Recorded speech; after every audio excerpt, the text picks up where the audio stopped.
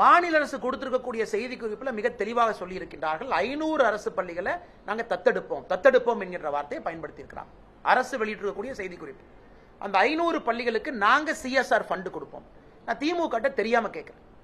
44,672 கோடி ரூபாய் education department budget, 44,672 crore. உங்களுடைய தேர்தல் அறிக்கையில சொல்லியிருக்கிறீங்க 10,000 பள்ளிகள், சிதிலமடைஞ்ச பள்ளிகளை நாங்க கட்ட போறோம். தேர்தல் அறிக்கையில சொல்லித்தான் வாக்குறுதி கொடுத்து நீங்க வந்திருக்கிறீங்க. பள்ளிகள் கட்டுறது கிடையாது, எல்லா பில்டிங் ஒழுகுது. ஏன் இன்டர்நெட் பில்லு கூட கட்ட முடியல. இன்னைக்கு அரசு பள்ளிகளை தாரை வார்த்து கொடுக்கக்கூடிய முழு நேர வேலையில் இறங்கியிருக்காங்க. சரி, இன்னைக்கு ஒரு விளக்கம் கொடுத்துறாங்க. இல்ல அமைச்சர் அப்படி சொல்லல, செய்தி குறிப்பில் தான் தப்பா போட்டாங்க. நாங்க தத்தெடுத்துன்னு சொல்ல எடுத்துன்னு தான் சொன்னோம், செய்தி குறிப்பில் தத்தெடுத்துன்னு போட்டாங்க. ஒருவேளை உங்களுடைய லாஜிக்கை எடுத்துக்கிட்டா கூட தனியார் பள்ளிகள் எதுக்கு உங்களுக்கு CSR கொடுக்கணும்? சார், தனியார் பள்ளி என்ன வீட்டில் மரங்காய்க்கிற பணம் வச்சிருக்காங்களா? தனியார் பள்ளியினுடைய அரசகுமார் என்ன வீட்டில் போய் கை தொட்டினா அந்த மரத்துல இருந்து பணம் வருமா? மிடில் கிளாஸ் மக்கள் தனியார் பள்ளியில் படிக்கிறவங்க காசு வாங்கித்தான் நீங்க CSR ஃபண்ட் கொடுக்குறீங்க. அப்ப அங்க படிக்கக்கூடிய குழந்தைங்க ஃபீஸ் ஏத்துறீங்களா? பட்ஜெட் இருக்கு, டாக்ஸ் போடுறீங்க, எல்லாரும் வரி கட்டுறோம். 44,000 கோடி ரூபாய் பட்ஜெட் இருக்கு. நீங்கள் செய்ய வேண்டிய வேலையை தனியார் பள்ளிகளுக்கு ஏன் தாரை வார்த்து கொடுக்குறீங்க? தனியார் பள்ளிகளுடைய வேலை என்ன? கல்வி கொடுப்பது. தனியார் பள்ளிகளுடைய வேலை அரசு பள்ளியில கல்வி கொடுப்பது அவங்க வேலை கிடையாது. அதனால அன்பில் மகேஷ் பொய்யாமொழி அவர்கள் ஒரு விஷயத்தை புரிஞ்சுக்கணும். தனியார் பள்ளிகள் CSR, அதான கார்பரேட் கம்பெனிங்களானே. ஒரு கம்பெனி, ஒரு ரிலையன்ஸோ, ஒரு டாட்டாவோ, ஒரு அதானியோ CSR நம்ம பார்த்திருக்கோம். நிறைய சம்பாதிக்கிறாங்க, பொதுமக்களுக்கு கொடுக்கட்டும்.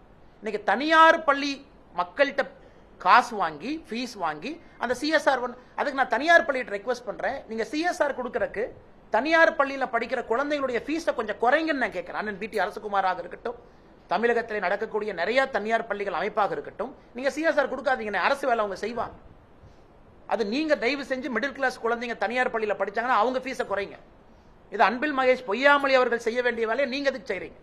10,000 பள்ளிகளை சிதிலமடைஞ்சிருக்கக்கூடிய பள்ளிகளை நாங்க சரி பண்றோம்னு சொல்லியிருக்காங்க.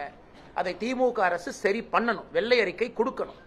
எத்தனை பள்ளிகளை சரி பண்ணியிருக்கிறாங்க, எத்தனை பள்ளிக்குள்ள மரம் இருக்கு, மழை பெஞ்சா எவ்வளவு உழுவுது, எத்தனை ஓடு ஓட்டையா இருக்கு, எத்தனை ஆசிரியர்கள் இருக்கிறாங்க, எதுவுமே செய்யாம ஒரு திமுக கட்சி நிர்வாகி நடத்தக்கூடிய ஒரு மேடைக்கு போய் எல்லாம் பேசிட்டு அதன் பிறகு பிரச்சனையான பிறகு இவர்கள் மாற்றி பேசுவது முறையல்ல என்பதையும் கூட தமிழக அரசுக்கு இந்த நேரத்தில் நாங்கள் சுட்டிக்காட்ட விரும்புகின்றோம்.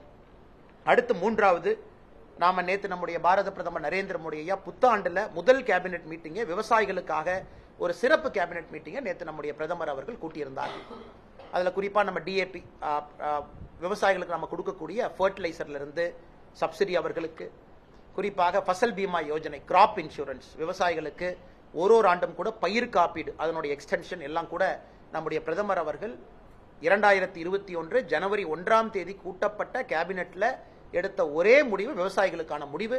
நம் அரசு விவசாயிகளோட எப்படி இருக்கும் என்பதை மறுபடியும் நாம் உறுதிப்படுத்தி இருக்கின்றோம். இதை தாண்டி பத்திரிகை நண்பர்கள் கேள்வி இருந்தா பதில் சொல்றேன்.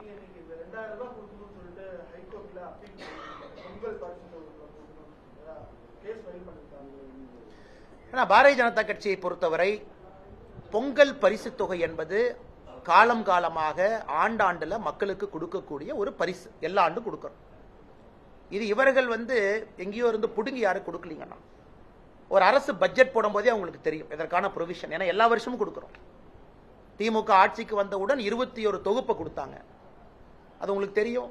எல்லாம் போய் அந்த பாவு மாதிரி சர்க்கரை எல்லாம் கொடுத்தாங்க, எல்லாம் பக்கெட்ல பிடிச்சிட்டு வந்தோம். அதன் பிறகு போன ஆண்டு கொடுக்க மாட்டேனாங்க, எல்லாரும் சண்டை போட்ட பிறகு 1000 ரூபாய் கொடுத்தாங்க. ஒரு ஆண்டும் இதே பிரச்சனையை செய்யறாங்க. அதனால் பொங்கல் என்பது மக்கள் எதிர்பார்க்கக்கூடிய ஒரு பண்டிகை. மக்களுக்கு செலவு இருக்கும், விவசாய பெருமக்களுக்கு செலவு இருக்கும், எல்லோருக்கும் செலவு இருக்கும். ஆனால் இவங்க பொங்கலுக்கு பரிசு தொகை கொடுக்க வேண்டும்.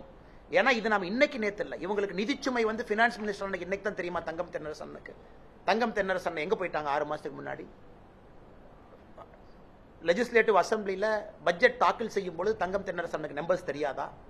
இல்ல அவங்க தேர்தல் வாக்குறுதி கொடுக்கும் போது நம்பர்ஸ் தெரியாதா? எல்லோருக்குமே தெரியும். 1 லட்சம் கோடி ரூபாய் கடன் வாங்குறீங்க. போன ஆண்டு 90,000 கோடி கடன், இந்த ஆண்டு 1 லட்சம் கோடி ரூபாய் கடன் வாங்க போறீங்க. வாங்கக்கூடிய கடன் என்ன சார் பண்றீங்க தெரியாம நான் கேட்கிறேன். நீங்க வாங்குற கடனை என்ன செய்றீங்கன்னு தயவு செஞ்சு சொல்லுங்க. வாங்குற இவ்வளவு கடன் வாங்கி உங்களால 1000 ரூபாய் கொடுக்க முடியலன்னா என்ன நீங்க நடத்தி கொண்டிருக்கீங்க? 2000 ரூபாய் கொடுக்க முடியல. ஆனா பாரதிய ஜனதா கட்சியினுடைய வழக்கறிஞர் பிரிவு அவங்க போராட்டத்தில் இறங்கி இருக்கிறாங்க. விவசாயிகள் பிரிவு அவங்க போராட்டத்தில் அவங்க இறங்குவாங்க. எல்லா அமைப்புகளுக்கும் நாங்கள் அறிவுறுத்தி இருக்கின்றோம், இதை மக்கள்கிட்ட எடுத்துட்டு போங்க.